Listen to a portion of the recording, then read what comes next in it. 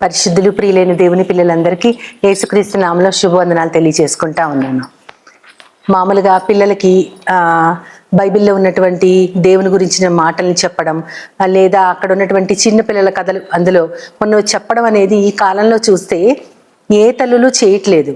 తల్లుల సంగతి అలా ఉంచితే ఇంట్లో ఉన్న వృద్ధులు అంటే అమ్మమ్మలు, నానమ్మలు వారైతే చక్కగా కథలు చెప్పుకుంటూ దేవుని యొక్క మాటల్ని కథల్లాగా మలుస్తూ అందులో ఉన్న చిన్న చిన్న పిల్లలు ఏ విధంగా దేవుని అనుసరించారు ఇవన్నీ చెప్తూ వాళ్ళని నడిపిస్తూ ఉండేవారు. మా ఇంట్లో కూడా మా అత్తగారు ఉండేవారు, పిల్లలకి చక్కగా దేవుని విషయాలు చెప్తా ఉండేవారు.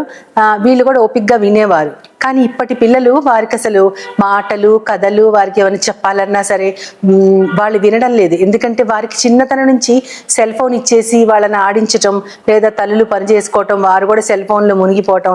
దీనివల్ల అనుకుంటున్నాను నేను పిల్లలు చాలా అసలు అవుట్ ఆఫ్ ఆర్డర్గా పెరుగుతూ ఉన్నారు. వాళ్ళల్లో కోపాలు ఎక్కువైపోయి వాళ్ళల్లో కొంచెం దుష్టత్వం ప్రబలిపోయి ఇవన్నీ ఎందుకంటే పెద్దల దగ్గర వారు గడపకపోవడం వలన, ఆ గడపకపోవడం వలన వారు ఎలా తయారయ్యారంటే దేవుని యొక్క మాటలు వాళ్ళల్లో ఉండటం లేదు, అంటే ఆ సహనం వాళ్ళలో పెరగడం లేదు. కాబట్టి ఆ దేవుని మాటలను నాటడంలో పెద్దలే ఫెయిల్ అయ్యారని మనం ఒక విధంగా చెప్పుకోవచ్చు. ఎందుకంటే పాతకాలంలో వారికి జరిగిన సంగతులు, పాతకాలంలో వారు నేర్చుకున్న విషయాలు, వారు పొందిన అనుభవాలు, దేవుడు వారికి చేసిన మేళ్ళు ఇవన్నీ కనుక పిల్లలకి చెప్తా ఉంటే ఖచ్చితంగా వాళ్ళ మనసుల్లో దేవుని యొక్క విధానము ఖచ్చితంగా నాటుకొని ఉంటుంది. ఎందుకంటే అదే ద్వితీయోపదేశ కాండం 32వ అధ్యాయం 7వ వచనంలో చాలా స్పష్టంగా రాసి ఉంటుంది. ఏమని ఉంటుంది అంటే అక్కడ పూర్వకాలములో జరిగినటువంటి సంగతులను జ్ఞాపకమునకు తెచ్చుకొనుము, తరతరముల సంవత్సరములను మీరు తలంచుకోండి అని ఉంటుంది. అంటే పూర్వకాలం జరిగిన సంగతుల్ని జ్ఞాపకం చేసుకోండి, తరతరాల సంవత్సరాలను కూడా మీరు తలంచుకోండి. అంటే దేవుడు చేసిన మేళ్ళని. అదేవిధంగా నీ తండ్రిని అడుగుము, అతడు నీతో చెప్పును, నీ పెద్దలను అడుగుము, వారు నీతో చెప్తారని ఉంటుంది. అంటే తల్లిదండ్రుల్ని అడిగి తెలుసుకునేంత ఓపిక ఇప్పటి పిల్లలకి లేవు. అంతేకాకుండా పెద్దలు ఏం చెప్తున్నారో వాళ్ళని అడిగి తెలుసుకుందాం, వాళ్ళ అనుభవం ఏంటో అనేది కూడా ఇప్పటి పిల్లలకి లేదు. కానీ దేవుడు ఏం చెప్తున్నారంటే నీ తండ్రిని అడుగుము, అతడు నీతో చెప్పును, నీ పెద్దలను అడుగుము, వారు నీతో తెలియజేతురు అని చాలా స్పష్టంగా ఎంతో వివరంగా అక్కడ ఉంటా ఉంది.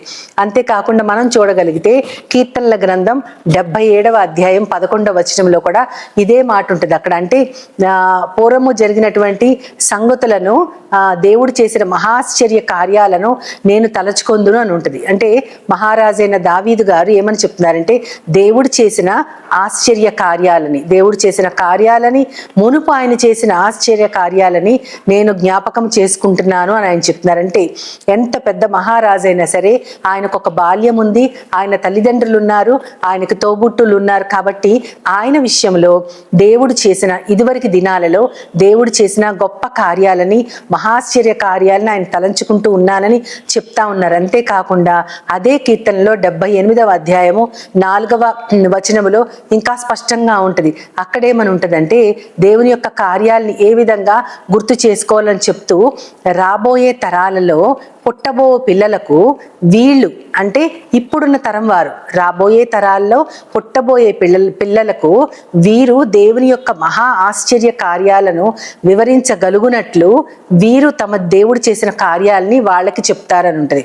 అంటే ఇక్కడ 3 generations ని చూపిస్తున్నారు. ఇప్పుడున్న వాళ్ళు, రాబోయే తరాలు అంటే వాళ్ళ బిడ్డలు, ఆ రాబోయే తరాలు ఆ పిల్లలకి వాళ్ళ పిల్లలకి చెప్పగలిగేటట్లు దేవుడు చేసిన అక్కడ ఉంటుంది యెహోవా చేసిన స్తోత్రార్హమైనటువంటి కార్యములను, ఆయన బలమును మేము ఖచ్చితంగా చెప్తాం, మా పిల్లలకు మేము తెలియజేసేదము అని అక్కడ 8వ వచనంలో అనుకుంటా ఉంటుంది.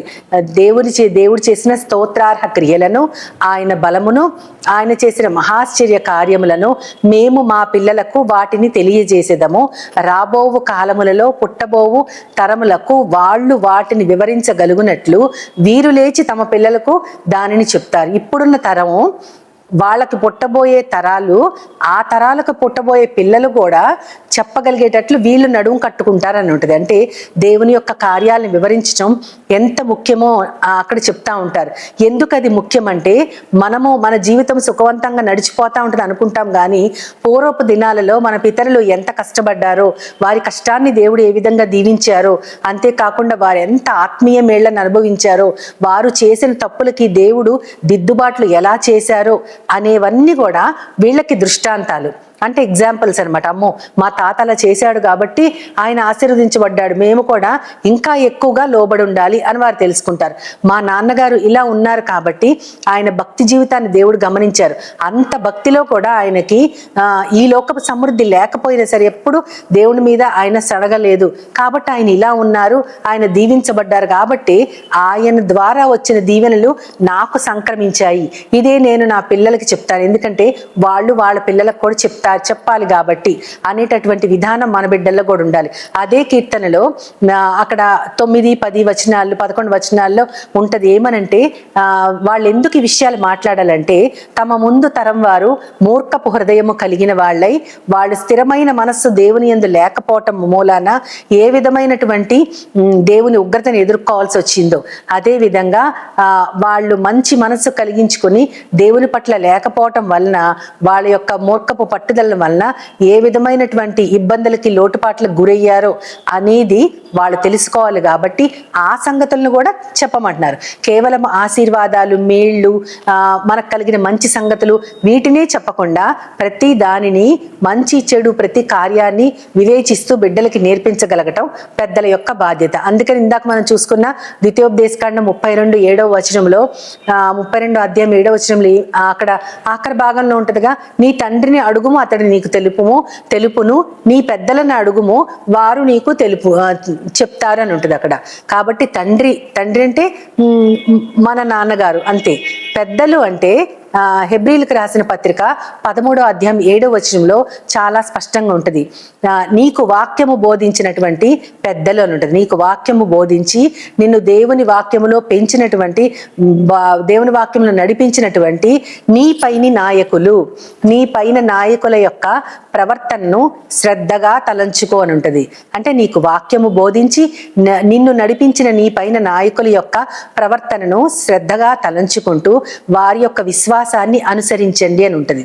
కాబట్టి తల్లిదండ్రుల దగ్గర నుంచి, తాత, అమ్మమ్మ, నానమ్మలు వీరి దగ్గర నుంచే కాకుండా మనకి గురువులు ఉంటారు. మన చర్చ్ పాస్టర్ గారు, లేదా మనం ఎప్పుడు కూడా మన మేలుని కాంక్షించే కొంతమంది మన సంఘ పెద్దలు వీరుంటారు. వీళ్ళు ఏ విధంగా ఉన్నారో వారి విశ్వాసాన్ని అనుసరించండి, వారి ప్రవర్తనను గమనించి దాని ప్రకారం మీరు ఉండండి అని ఉంటుంది. శ్రద్ధగా తలంచుకోండి అని ఉంటుంది అక్కడ. వారి ప్రవర్తన ఫలమును శ్రద్ధగా తలంచుకుంటూ వారి విశ్వాసాన్ని అనుసరించండి. అవును, వారు అటువంటి ప్రవర్తన కలిగి ఉన్నారు కాబట్టి ఈ విధంగా ఆశీర్వదించబడ్డారని వారిని గమనిస్తూ వారి విశ్వాసాన్ని అనుసరించండి అని ఉంటుంది. కాబట్టి చాలా మంది కూడా పెద్దవాళ్ళ దగ్గర కాలం గడపడానికి ఇష్టపడరు. ఎందుకంటే వాళ్ళు ఏవేవో సంగతులు, వాళ్ళ ఫ్లాష్ బ్యాక్స్ అని చెప్తా ఉంటారని చాలా మంది విసుక్కుంటా ఉంటారు. కానీ దానిలోంచి కేవలం వాళ్ళ స్వానుభవంలోంచి దేవుని యొక్క విషయాలు కూడా బయటకు వస్తూ ఉంటాయి. వాళ్ళతో మాట్లాడిన కొలది మనకి ఎన్నో రకాల విషయాలు తెలుస్తూ ఉంటాయి. అందులో మనకి మహా అయితే ఒక 10-12 పనిచేయవు.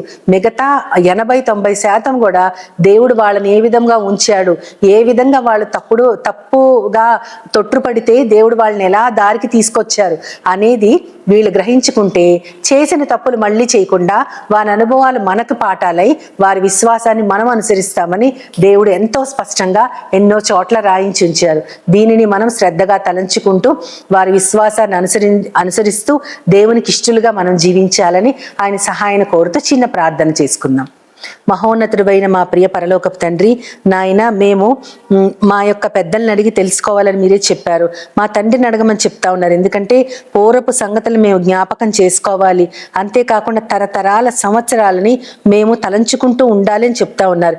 ఈ ఆత్మీయ మేళ్ళు, వాళ్ళు పొందినటువంటి ఆత్మీయ మేళ్ళు, వాళ్ళ దిద్దుబాట్లు, వాళ్ళ సమృద్ధి, వాళ్ళ తొట్టుపాటు ఏ విధమైనటువంటి బాధకు గురి చేసిందో అవన్నీ మేం పొందకుండా మా బిడ్డలకి చెప్పుకోగలుగునట్లు మేము నోరు తెరిచి నీ సంగతులన్నీ వారికి బోధించగలిగేలాగా మా ప్రవర్తనని, మా చుట్టూతున్నటువంటి సంఘ పెద్దల ప్రవర్తనని మా బిడ్డలు శ్రద్ధగా తలంచుకుంటూ వాళ్ళ విశ్వాసాన్ని అనుసరించగలిగేలాగా పెద్దలమైన మేము బిడ్డలకి ఎంతో మంచి దృష్టాంతాలుగా ఉండగలుగునట్లు మమ్మల్ని అందరినీ నీ చేతులకు అప్పగించుకుంటూ నీ ప్రియకుమారుడు నా ప్రియ ప్రభువైన యేసుక్రీస్తు వారి ద్వారా కోరి ప్రార్థిస్తున్నాను పరమ తండ్రి.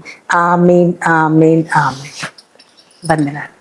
As Jesus now, He's always near, with open arms, He's always here.